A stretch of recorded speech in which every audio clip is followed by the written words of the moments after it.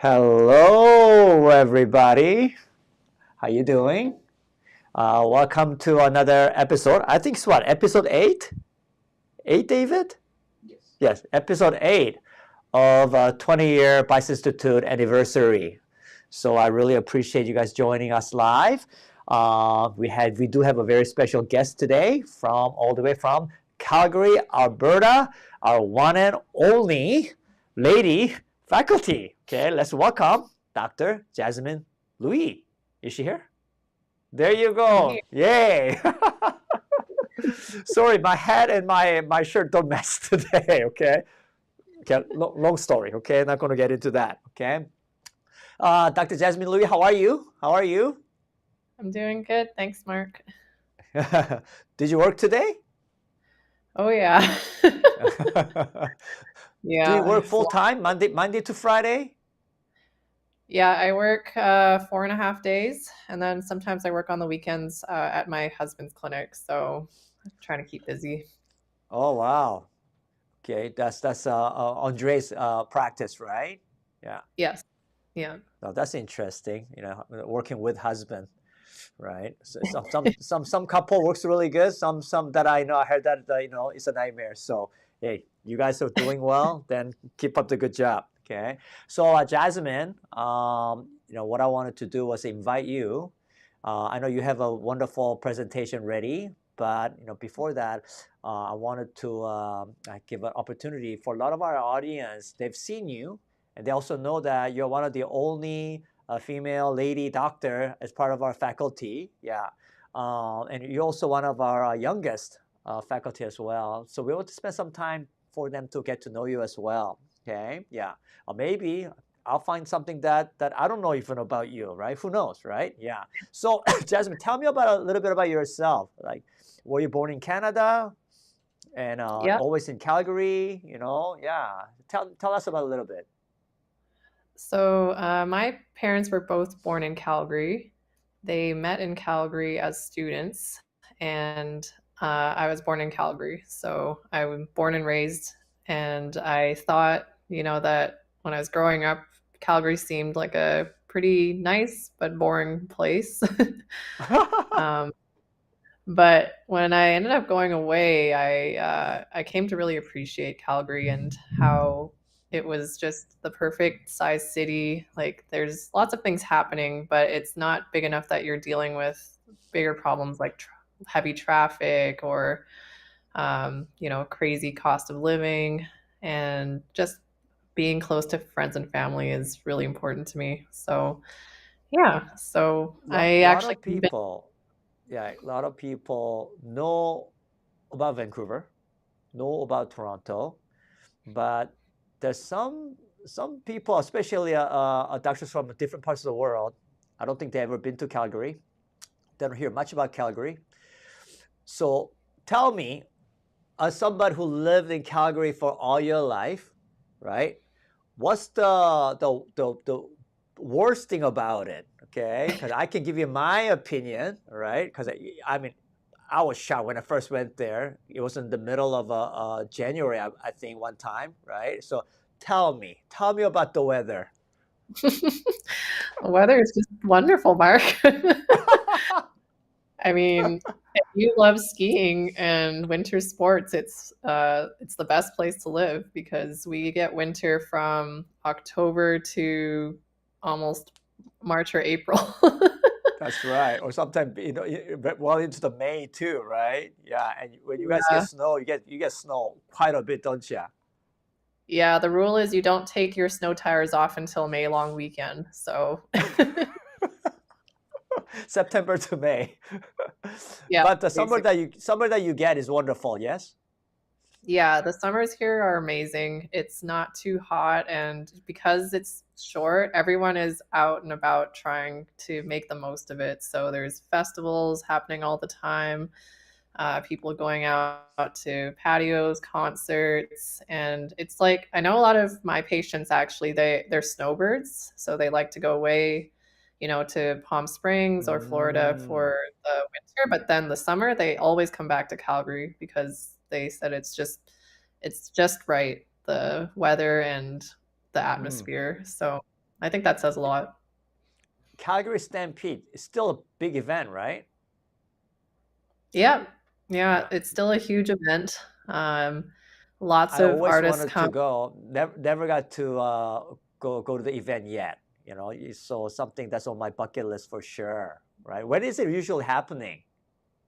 It's always the first 10 days of July. So, First 10 days of July, yeah. Canada So, Day. From the Canada Day marks the beginning, right? well, no, sorry, I should say it's Yeah. after that week, after Canada Day weekend. Okay. Maybe I'm wrong, but it's like around the beginning of July. I think I better Google. Okay, I better Google just to find out. All I know is you Gotcha. start to see people, everyone's wearing plaid, cowboy Yeah. hats, jeans, just like downtown, everyone is suddenly a cowboy at work. And the mood in the city is much more cheerful. Like everyone's Yeah. happy. No one's really working except Oh, for that's us. great. But I can use some yeah. of that for sure.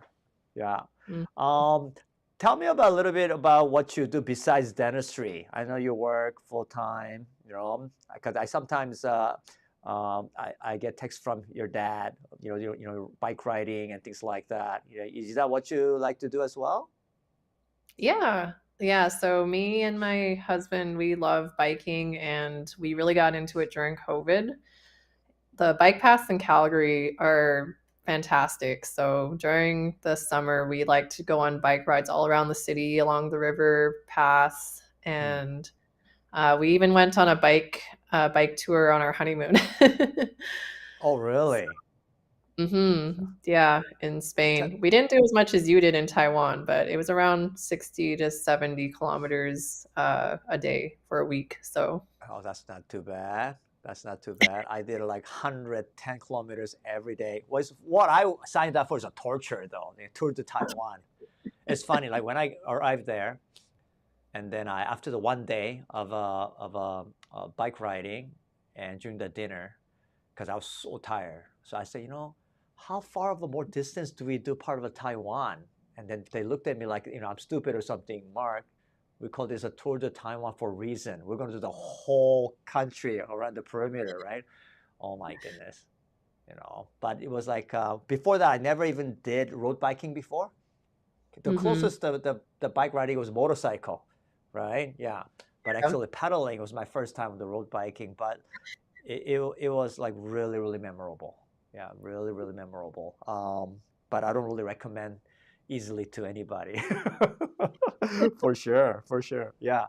So you went to a dental school, New York, from what I know, right? Yeah, yeah. Yeah, So yeah. I went to Queens for undergrad and then I applied all over and I got into New York. So that's where I ended up going. I You went to never thought that undergrad I at would which school? Undergrad at U of uh, A? no, at Queen's University in Oh, Ontario. Queens. Yeah, Queens. I didn't know that. Yeah, Queens. And then you went to New York, and you met Yeah. your future husband there, right? Yeah. Yeah. How was that experience? Going from a Calgary, relatively small city, to a big city like New York? A big jump? It was pretty intense. It's New York is it's a jungle. Yeah. It's really it can be overwhelming if you don't have, a support system or if you're not motivated to just get out there and explore, but I just found it so exciting to live there that Yeah. I I just loved every minute of it. But it's not a place that you wanted to settle down as a family. Wanted to come back to No, Calgary, right? yeah, so talking to people that lived there or were from there, like a lot of my faculty, it was common for them to commute almost 2 hours every day one way by Mm, train or by car, and they would live in, other states like Pennsylvania or Connecticut.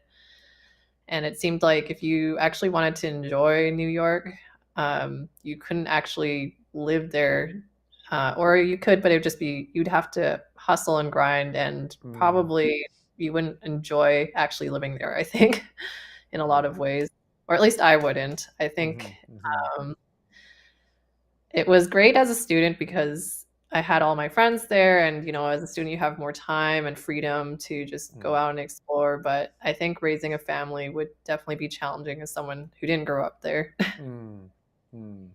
Well, the reason I'm asking is like my younger son, Nathan, he's going to apply for dental school soon, right? Mm, So he's kind of thinking, Dad, like, where should I go? And, yeah. Well, if you go to UBC in Vancouver, it'll be cheapest. It'll be easy for me, right? mm, Yeah.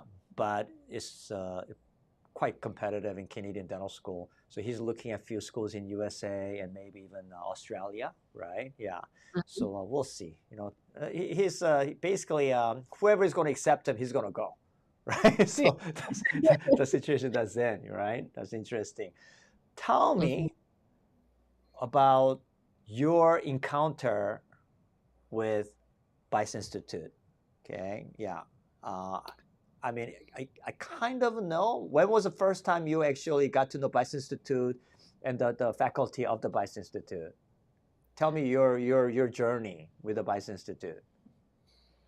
So I remember even before I was a dentist, I met you through a Chrysalis event. How It long was ago was the that? Chrysalis conference in Toronto, and my dad brought me, and he said, "Oh, you might learn something. You'll meet some great people." And it was really cool to meet all the dentists, but I had no idea what was going on during the lecture. Ah, And I remember you gave a short lecture on what you were doing in your clinical practice.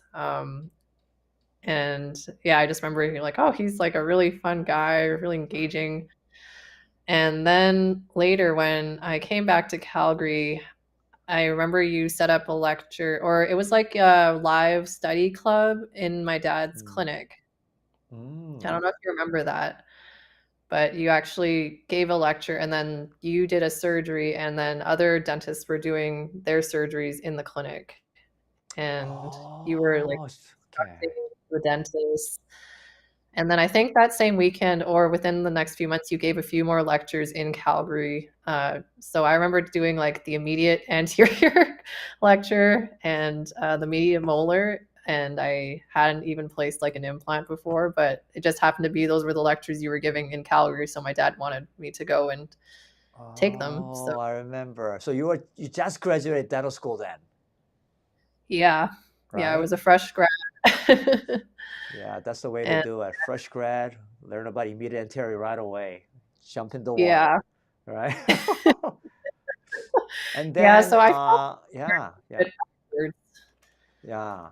And then you took some of our courses, right? Yeah, so You took the after CIR. about a year or 2 in practice, I took CIR, and I remember that was the year that it was 2020, and then the summer of 2020 passed, and I thought, "Oh, I think COVID's over, it's fine, I'll just Mm, sign up for the CIR," and then we had to do the first few sessions online still. yeah, yeah, we did. We did. Yeah, Okay. and I know that And was you pretty challenging for you guys. and I also remember that you did your patient was somebody very close to you, and you had to take some of the failing implant and do a graft as well, right? During the module, right? So for those of you who don't Yeah. know, Jasmine's dad is Dr. Albert Louis, one of our senior faculty member, right? One of our longest running faculty member, and Jasmine's of course his daughter. And long story short, he did a self surgery. Okay, yeah, hand guided surgery himself in the washroom, looking in the mirror.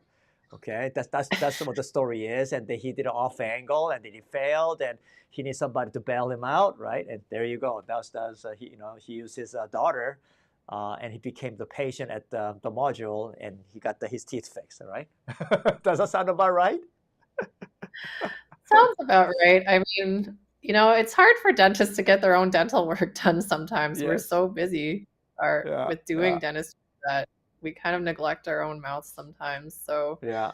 I was happy that I could do that for my dad, but it was also really intimidating. Yeah. I'm not gonna lie. Yeah. Yeah. Now tell me, like you work with your dad, right? In your dad's clinic, right? A few days a week at least, right? Yeah. So, this is Mm-hmm. always the question, like, what would it be like to work with dad or mom or like your immediate family member, right? Yeah, especially like Dr. Lui. He's so well known and well respected.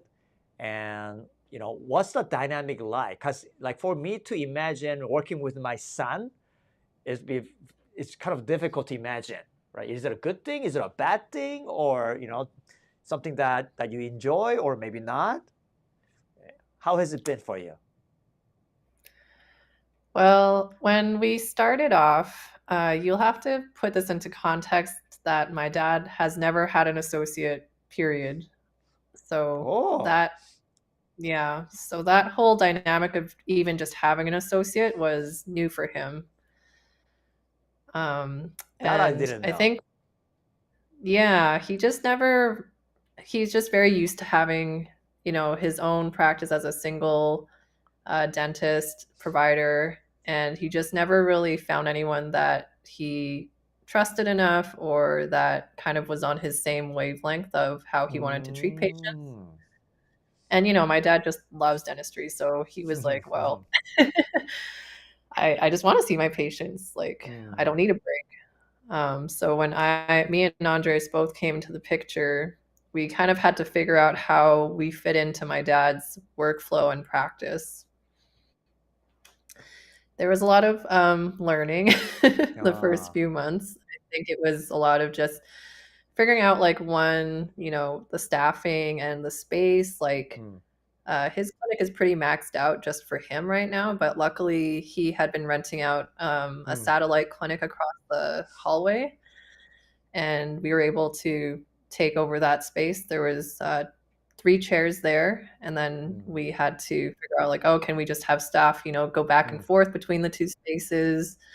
Quickly found out that was not really ideal. Like we Mm. just had to figure out how to give like the best patient experience that people expected going to my dad all these years, and then Mhm. translate it to us. So I think, there was some bumps along the road, but ultimately my dad was really supportive and he wanted to mentor us. He was really excited to, I think, have other dentists around that he could, talk to about his cases or, Mhm. it's always nice to be able to just talk dentistry with someone who actually understands what you're going through or your point of view. I don't know if you found that, Mark, like, because you went from being kind of on your own and then now you practice with Bernard. Mm. But it's nice to be able to have like that connection. And I think me and my dad have both sort of gone a lot closer because we understand each other on that level. Mm. Mm. I think there's definitely a good, but also it's a big shoes to fill, right? Like he has certain expectation, and he want to lead you because he's your dad, but he also want to respect you as an individual dentist, right? Yeah. Yeah. Because you might have to see him again during the weekend for birthday dinner and stuff like that, right? Yeah. Yeah, we were Um, living together the first few months, so that was even more. A lot of time together. yeah, the But I the dynamic. Yeah, yeah. The advice I would give to someone like you or someone who's considering bringing their son or daughter on as a practice owner, you know, they're a new grad, so you have to expect that they're like fresh out of dental school and they're not on your Mm, level at all. mm, mhm, mhm, And mhm, your expectations just have to be more in line with you're trying mhm, to make sure that they're going to give the best treatment possible, but there's baby steps in building that foundational knowledge still because we learn the basics in dental school, but outside of that there's way more that you've learned over your years and years of experience, and it unfortunately can't be distilled in 1 month yeah, or two yeah, months. It yeah. just comes with having your own experience. So I think if you have those more realistic expectations, it leads to a better working relationship. Hmm. I have to ask a question because it's kind of special situation because you're one of the my faculty that have gone through the CIR and AIR and all the courses, and now you are actually in a position of sharing your knowledge as one of the faculty to somebody who recently graduated. Has that been a difficult transition for you, or how does it has it affected you? Was it something that was hard for you, or something that was enjoyable? How do you find that your experience?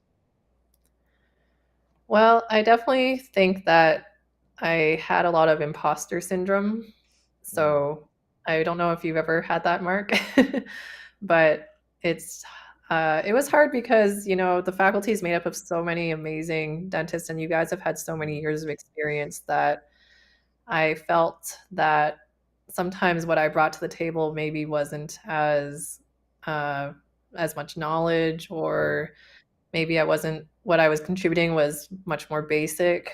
And even just, when I want to do my cases and take pictures and my surgeries, mm, uh, I'm always constantly comparing myself to everyone else, and that's mm, quite hard. But mm, I think that what you told me also, that my perspective is closer to what a lot of people are actually going through, mhm, mhm, people that are in CIR and AIR. mhm, And it can be harder for someone who's had 10 or 20 years of experience to relate to where someone like me is. And I think that helped a lot in helping me feel like, okay, I can mhm. contribute something valuable and different to the table.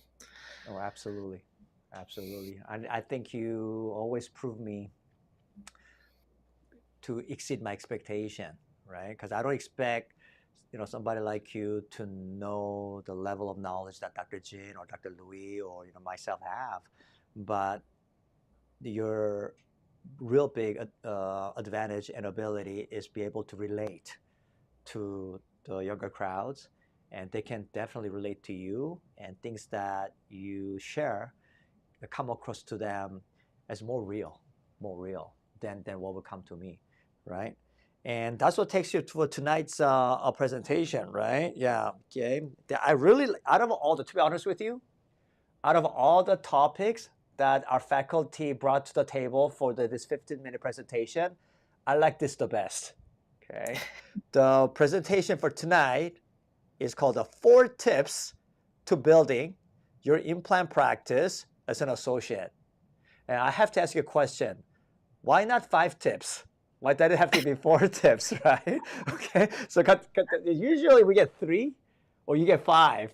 It's the first time that I actually have somebody said 4 tips. So you got my curiosity, quite peaked right now. Okay, and I think a lot of the those who are joining us live, I think they, you picked their curiosity as well. So I think they're here for. So Jazmin, no further ado, let's introduce your presentation tonight called 4 Tips to Building Your Implant Practice as an Associate by Dr. Jazmin Lui. All right, Thank you, Mark. are we going? You're supposed to go. David? Yoo-hoo!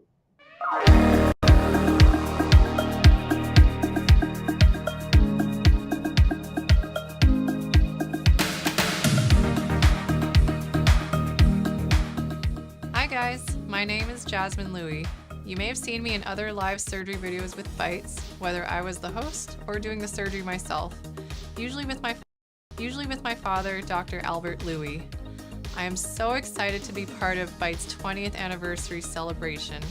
What me and many others have learned from Bites has been invaluable for me as a dentist, and I'd like to give back and share my experience as someone who has started my implant journey fairly recently. During my time at I've also met a lot of you who are, like me, and this is a very common thought that I hear. I would love to start doing implants, but my principal already does them. How would I convince patients to do the implants with me instead? Or my office doesn't offer implants. We refer everything out. How can I start doing them? Whether that procedure is a crown or an implant, it's something that we've all struggled with in our careers. So I'd like to share with you what helped me and how I went from being a new grad in 2017 to placing implants regularly as an associate in a general practice. My story begins in Calgary, Alberta. I had lived in the prairies my whole life, and I was certain I wanted to leave my hometown when it came time to go to university. Like many overachievers, I thought I would become a doctor. I took the pre-med program at Queen's University in Kingston, Ontario, but eventually realized I wanted a career that would give me more work-life balance. I worked as a steri-tech in my father's office during the summers. Seeing the way that my father interacted with patients and the surgeries that he was doing made me fall in love with the profession. I was accepted to New York University, where I met my husband Andreas, and we both graduated in 2017. By that time, I had been away from my family for 8 years and realized that Calgary was actually a pretty amazing place to live. I moved back and started working at Canada Place Dental in late 2017. I'll admit, I'm in a unique situation. My father is the principal dentist. But not only that, he's been building his implant practice for the last 15 years.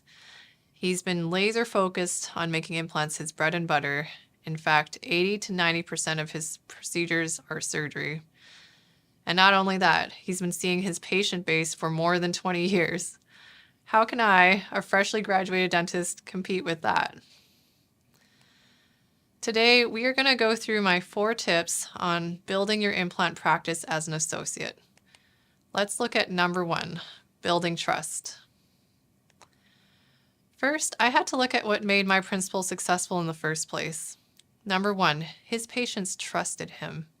He had always been able to make his patients feel safe and cared for.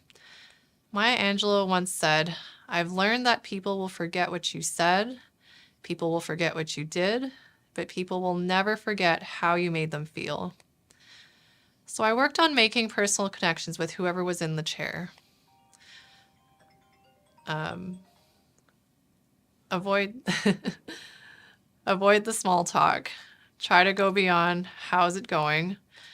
Be more specific and ask about their family, trips they've taken recently, personal projects or hobbies, what they're planning to do for upcoming holidays or celebrations. Be genuinely curious and find out what they're passionate about. Approach them as if you were learning from them. Make notes about it in their chart and ask for updates the next time you see them. If you do something like an extraction or a tough filling, you can do follow-up calls with them the next day. Checking in and showing patients that you care will pay off in more ways than one. And in this case, this was something that my dad was already doing, and I had to be at his level, if not more so, for the patients to see that I was just as invested in their well-being as he was. The same also goes for your staff members. We all know that the minute we walk out of that exam room, the patient will start asking way more questions to our assistants. As an associate, you have to take the time to get to know them and treat them well. And the chances are, if your assistants like you, they're more likely to be confident talking about you with the patient. So you can do little things like remembering your staff's birthdays, giving gifts at Christmas. These are cookies that I made for all my staff members last year. Writing meaningful cards are great ways of building those relationships. Once you establish trust with your staff as well as your patients, they are more likely to accept your treatment plans, including implants. Tip number 2, investing in continuing education. Now, whether it's through Bites Institute or other programs, make sure you are taking a course that goes through the fundamentals of placing implants. It's very tempting to go to other courses which advertise a lot of hands-on surgical experience right away, placing 50 implants in over a week, and probably near a nice sunny beach to take a break afterwards. While that may get your confidence up, I would caution you, you will never see the long-term outcomes of those surgeries. So you will not know if the implant you placed was truly successful. Sure, you got great torque, but what about the soft tissue around the implant? Was there enough bone? When the implant is restored, did you position it so it could be a screw-retained crown? In practice, you are going to be responsible for those long-term outcomes. And it's never a fun day when you see a patient that is showing, thread loss or bone exposure. on a implant that you placed maybe even just a year ago. So I would encourage you to first find a program that covers diagnoses, contraindications, CT planning, implant prosthetics, and bone grafting at the minimum. To be honest, many people ask me why I went to the Bites Comprehensive Implant Residency. I had my father. Wasn't that better and a whole lot cheaper than doing a residency program? But CIR was a more systematized way of learning, and each session built my knowledge layer by layer. Don't get me wrong, my dad was a great mentor, and I'd seen a lot of his implant surgeries at this point. But after taking CIR, I had a much better idea of when to use different techniques, recognizing red flags earlier than later, and gaining the knowledge of not just one dentist, but many. For those whose principals may not have the time to mentor them, the Bites faculty offers that. They are some of the most down-to-earth, approachable people that I know, and they will always try to find time to look at your cases, talk you through your worries, and set you up for success. Bites Institute has completely changed my dental career and given me access to a community that not only do I continually learn from, but supports me, makes me laugh, and helps me feel like I'm not alone. Our faculty has such a wide range of experience, from complex full arches to delicate soft tissue grafting to expert wisdom tooth removal. You'll always be able to find someone who can answer any questions that you have. And what all of this gives you, this quality CE, is hopefully the confidence to start talking to your patients about implant treatment, the pros and cons, what they can expect going through the procedure with you, and why you would be the best person to do it for them. After a foundational residency is when those hands-on courses will make the most impact. Armed with the knowledge, but maybe still wanting more supervised surgery, these courses will give you a feel for drilling bone, laying flaps, and placing implants. Getting as much experience as you can with complicated and surgical extractions will also go a long way in making you feel comfortable with implant surgery. I took a 4-day surgical residency that is run by WOPES, or the World Academy of Ultrasonic Piezoelectric Bone Surgery, run by Dr. Dong-Suk Seon, and each person was able to do 3 to 4 surgeries a day, which included sinus lifts, immediate implants, full arch implants, and GBR. I've also heard Bites Institute may also be introducing an externship program soon, so stay tuned for more details. My third tip is to be available and master emergency treatment. My principal was often booked months in advance for implant treatment, and that gave me the advantage of being available for immediate emergencies. When patients are in pain, any reluctance they may have to see you instead of their principal will be overshadowed by their desire to do whatever it takes to make the pain go away. This is your chance to do one of the most gratifying things that we can do in dentistry, which is getting someone out of pain. Be ready to tackle any extraction that comes your way. You can even ask the receptionist to block off your schedule for emergencies every week so that availability is always there. I would also say that learning how to do immediate implants, where you extract the tooth and place the implant on the same visit, is crucial if you want to capitalize on that advantage that you have. Here's a case where my patient started having pain on his 3-6 tooth. As you can see, he has had implants before, so when we diagnosed a tooth fracture, he was already thinking of an implant, and he wanted that tooth extracted ASAP before the pain got worse. So we got him a CT scan, we looked and planned and saw that there was enough bone to do the immediate implant. And then 1 week later, I was able to extract the tooth for him really cleanly. And then we got to place an implant for him. So we saved him the additional 5 months if we had just extracted the tooth and socket graft.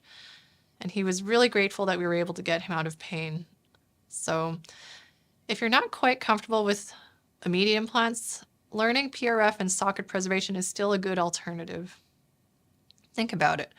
This is your chance to really wow a patient. They are getting a first-hand experience of you and your skills as a surgeon. And if you can make them feel at ease and comfortable, they're far more likely to return to you for treatment. Doing PRF is one of the few techniques that can make you really stand out as a dentist who is using cutting-edge technology and can be used in any extraction case, whether the patient wants socket preservation or not. By extracting the patient's blood, centrifuging it, we can isolate white blood cells and either use it as a healing plug or mix it with bone graft. It's a very easy concept for patients to understand and will make them feel more confident that you are a dentist that can handle these advanced procedures. Here's a case that I did for a patient who was interested in an implant, but he needed some time to get his finances in order. We diagnosed that he had a cracked tooth on the 1/6 or the first molar, and he said, I'm not ready to fully do the implant now, but if we can do something that'll set me up to do it in a few months, then that would be great. So I said, okay, let's do socket grafting. That way we can preserve the bone. And then when you're ready down the road, we'll have lots to work with and put the implant in for you. So after extracting the fractured molar, we used sticky bone and a non-resorbable membrane to do the socket grafting. He was amazed at how painless the recovery was, and he was very impressed with the PRF technology. And so he booked his implant treatment for the spring, and he's excited and ready to go. The healing looked great when I saw him 2 weeks post-op. And you can see here in the x-ray, we've got really great bone that is going to give us a lot of room to do an implant for him. After you've finished any emergency appointment, whether it's a root canal, open and drain, or an implant or an extraction, always give your patient a call the day after. At this point, don't let your receptionist make this call. Do it yourself and check in and ask the patient if their pain is better. 10 times out of 10, I promise you, the patient is going to be impressed that you, the dentist, is actually calling them. And they will say most of the time, yes, I am feeling better than I was before I saw you, and I'm so grateful. This is probably one of my #1 practice building tips. It can really make you stand out from other dentists. Most of them will never have had a personal call from a dentist before, and they'll remember it. It'll help build trust and rapport with them, and honestly, it doesn't take much time from you. It just requires a quick phone call, less than 5 minutes, and then you say, glad to hear that you're feeling better, and I'll see you in a week. So if you're going to do one thing after this lecture, I hope this is going to be the one you pick. The 4th tip is simple.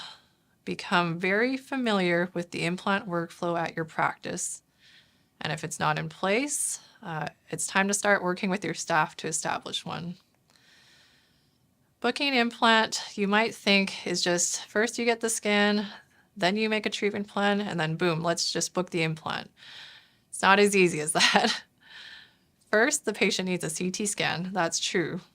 But then they need their treatment plan. Which codes are you going to use? How much time will you need scheduled? And are you offering sedation for your patients? Who's in charge of getting the patient's prescriptions ahead of the surgery? Does the patient need a surgical guide? And if so, was the intraoral scan taken? When will the follow-up appointments be booked? All of these questions need to be answered and internalized by you and your staff, so that if anyone is asked, they should all have the same consistent answer. If your patient senses disorganization or steps of the process get missed leading up to the surgery, for example, I forgot to take the scan, we have to bring him back so that we can make the surgical guide. I forgot to send the prescription, we'll have to try to get him to fill them, the morning of the surgery. You'll immediately shake that patient's sense of confidence in you and the office. And don't assume that if those processes are in place for your principal, that they will automatically be done for you. In my case, new staff were hired to work with me, but they were not immediately trained on the implant workflow because I wasn't doing implants yet. And when they asked me what the workflow was, I barely knew how it worked because the treatment coordinators usually took care of everything behind the scenes. It was a big learning moment for all of us, especially after we booked that first implant appointment and then realized we had no idea how to set everything up. One way that we have organized our implant workflow is by using Monday.com. This is a project management software. Normally, companies use this so that multiple people working on a project can assign people to specific tasks. And then as people complete each of those tasks, you can track the progress of the whole project. We use this software to track the implant workflow of each patient. Assistants, treatment coordinators, and doctors get assigned certain tasks, and then we complete them as we go. Anyone can check this checklist from any computer that has access to the internet, so we can cross-reference and make sure that everything is done up to a certain point at the patient's appointment. You could also do this with a physical checklist, but the idea is there. Every person goes through the same checklist, and then each step, someone is taking accountability for it. So that's it. 4 ways to build your implant practice as an associate. 1, building relationships with patients and staff.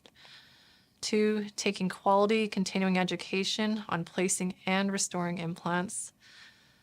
3, be available and proficient at emergency procedures. And 4, know your office implant workflow inside and out.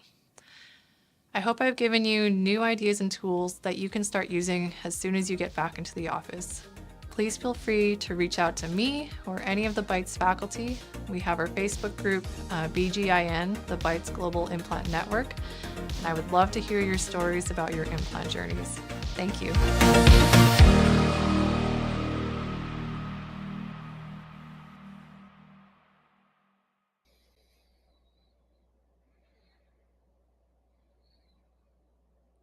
Oh, This I can't hear you, Mark. wonderful presentation. Can you hear me okay?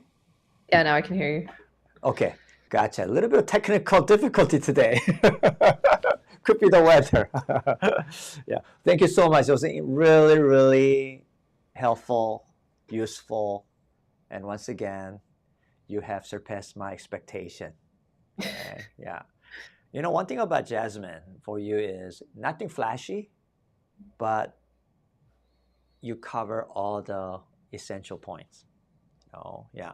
Even when I listened to your lecture about GBR during the CIR, you know, I mean, I've been doing surgery for so many years, but it really, I also learned from you as well. So always remember that, you know, all of us have something to offer, right? Yeah.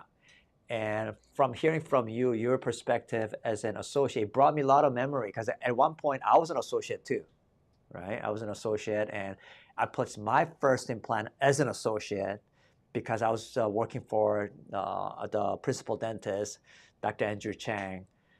There was a couple of things that he hated doing, which was number one was root canal, and he hated doing implants, right? Because too much preparation, okay, right? So he said, Mark, you do all of that. You do all that, right?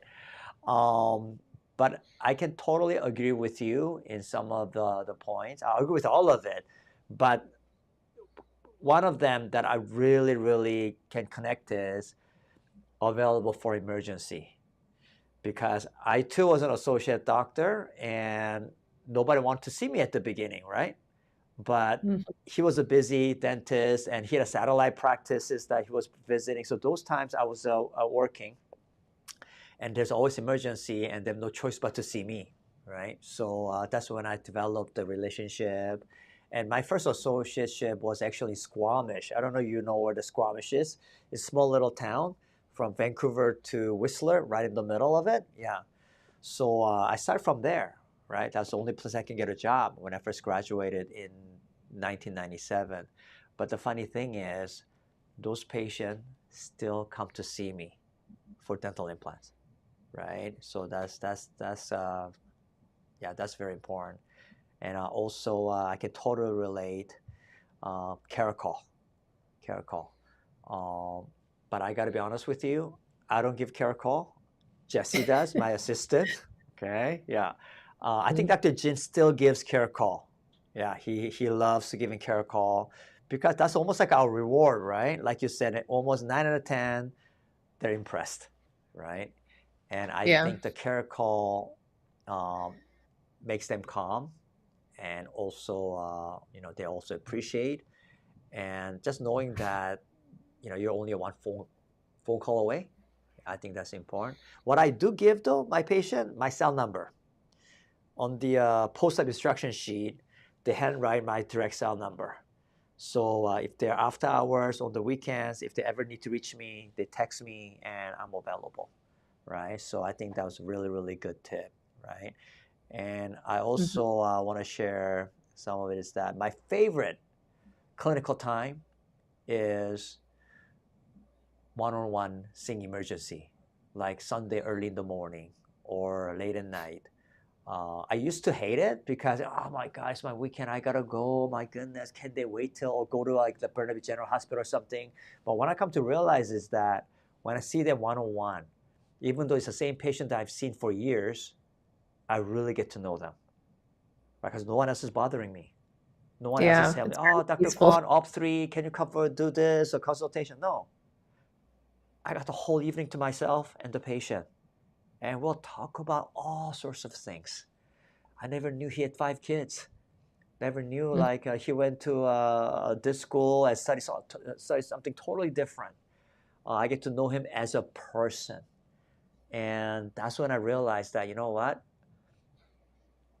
I got to embrace those emergency and those moments because those are the times that I actually get to know the patient, and I don't get to have those enough patient, right? Those moments, right? Yeah. So I totally agree with you. And I used to have when didn't have enough implant referral, I would always have one of the all ready, all prepped up, just so that if somebody calls, hey Mark, can you see my patient?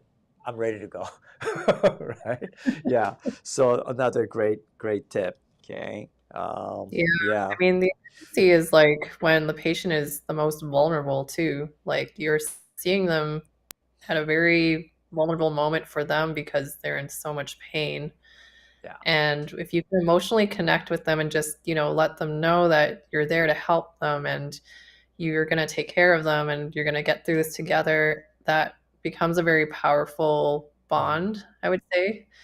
And that's definitely what helped me build up my patience in the beginning because, like you said, no one, well, yeah, with my dad, he's a Yeah. hard act to follow, Oh, right? absolutely. So I had to, that was the only moment that I had to impress them since otherwise, if they have a choice, they would always want to see my dad if they Hmm. could. But once I saw them for those emergencies and they were like, "Oh, actually she's pretty good." Or, maybe No, she's kind they of no going longer through want to see your dad anymore. I don't want to see. I want to see the younger dentist, not the older dentist. No, I sometimes. totally hear you. You know, I mean, it seems like yesterday that I was a new grad, but would you believe it's 28 years past, right? And here I am, about to go through what Albert went through. One of my kid will probably end up going to dental school, right? I don't know if it's a blessing or a curse for my son, right? Who knows, right? Yeah. Um, but the thing is, when I try to give my son an advice, I don't think he really gets it, right? Because to him, I'm just a father. But if Sangu, right, gives him advice, he'll actually write it down. Okay, like I don't get it, right? I think that's where the generation gap does play, right? Yeah, and now when I'm teaching our curriculum, some of the students, young grads, um, new dentists, right? Yeah, um, they're like my kids' age, right? Yeah. Whereas Mm. you or Scott, Sangu, yeah, they can far better relate to you, right? Yeah. Maybe there'll come a time that just like your dad says, hey, we want to see the younger faculty, not the older faculty, right? Okay. Who knows? Who knows? Who knows? All right. That's where Um, Yes, Highlands Dental in Squamish. Yes, right. Yeah. Somebody said, "How is your implant?" Okay, there's a question here. Yeah. Amar asked, "How is your implant workflow in the office? Do you guys have a record of patients that is kept electronically or on paper for what is needed for patients?" So in my lecture, I showed that program Yeah. Monday.com, and that is what we use to record where each patient is at in their workflow. I wanted to keep it digital because, everything we're going towards digital now, and we also don't have the space to store all the patient files. I know you have like a paper system, Mark, but this was Only just our because way our to. referral doctor give us a dose of film. I gotta put it somewhere.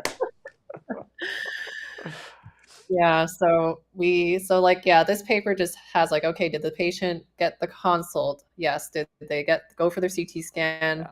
Did Dr. Lui make his treatment plan? And then which implants did he select, and what does he need bone graft? That's all recorded, and then the assistants can check, okay, all of that is selected. I make sure the inventory has everything we need. And then the receptionist knows, like, okay, I have to send the patient the prescriptions, the consent forms, the whole package has to be sent. Were all the appointments booked, including surgery, post-op, 4 or 5 month check for the impression.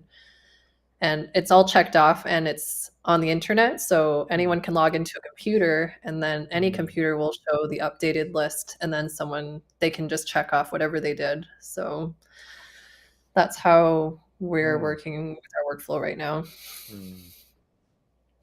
Well, for me, I just have the right people around me, and I'm glad they're good at what they do. Because if it was me, then I'm one of the most disorganized person. I'm absolutely suck at organizing.